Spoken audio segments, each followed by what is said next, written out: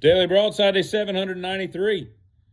I'm inside my house right now wearing a toboggan, which is not a sled, but a piece of headwear, because it's quite chilly outside. It's a bit of the opposite of a tropical storm coming through the East Coast right now, and it is chilly. I've got to do a few things still. I came in to warm myself up a little bit, and before I go back out.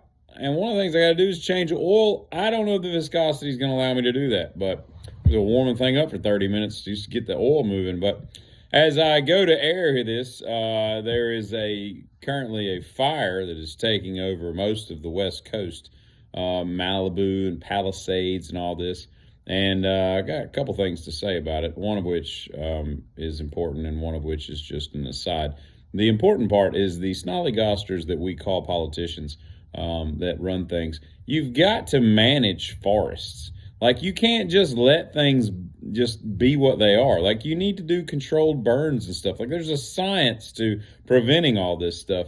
Although I will say it is intriguing, all the conspiracy theorists that are out there, talking about how this is all just cover up for P. Diddy's evidence and all. If that were true, that would be the craziest thing in the world. Like, you think about the fact that, like, the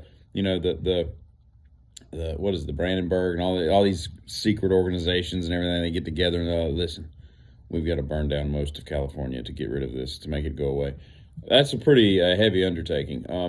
But more importantly, I do think it's funny that, not funny, haha, but just comical that all of these, I mean, it's really the only way that you could ever hurt a millionaire is to just burn down everything that they've ever owned, all their baby pictures and their Grammy awards and all that crap. It is kind of interesting seeing what happens, especially since I live in North Carolina, just a couple hours away from a place that's still ravaged by a lot of water that came through one day not long ago, and we're given $750. So really, it's just kind of silly. It'll be interesting to see how the rich get rewarded.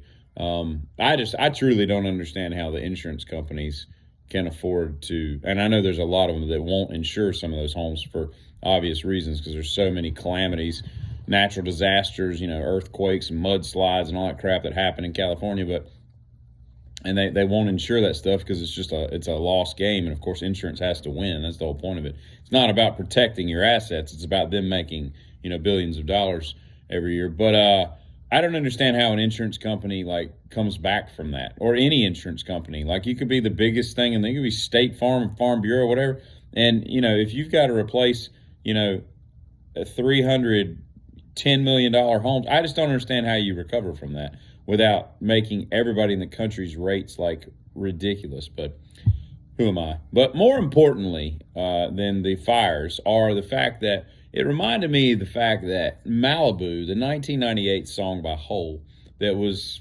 written by Eric Ersland and Billy Corgan, and Courtney Love might have written the lyrics. I'll give her that. But she didn't write that song. It is one of the quintessential, most perfect pop songs. The most melodious thing. It's just a great, great song. One of the best songs that's ever been written, and it's called Malibu. I was watching a video early this morning when I got up at 4:15, and it was a guy who was downing an entire bottle of magnesium citrate. Now, I've never had magnesium citrate, but I'm aware of its properties because I know what it is. And I take that back. I have had a sip of it because I played a game with my son where you put all the straws and you blind taste test what the stuff is. And that was one of the things that he put in mine. And I was like, it's lemony, limony. I don't know what this is. But he drank an entire bottle, which is not good for your system, apparently. And the comments did not disappoint. I love the internet and social media when it comes to comments. There's some really funny people out there. One of the guys was somebody commented what does it do? Now, if you don't know, it will pretty much clean out your insides like it's never been cleaned out before, right? And dehydrate the piss out of you, apparently. But one of the guys was he typed, he's like, what does it do? And somebody was like, it alt control deletes your body. Just some really funny stuff. I don't know. It was very amusing. I read comments for quite a while there, and I was laughing out loud in bed this morning. And that's always a good way to start your day, especially when it's going to be 19 degrees when you get out. outside, and I've decided that what I need in my life is a Hispanic wife. I didn't mean for that to rhyme, but it did. I was watching a video a couple days ago, and it was basically titled "White Boy Lunch versus Hispanic Boy Lunch," and it was all these construction workers and what they brought to lunch. And all these white boys have got like, they just got, it might have a sandwich, but it would be like Pringles, Doritos, a couple, pack of Starburst, some Mountain Dew, and some fudge rounds or something. It was all just processed crap.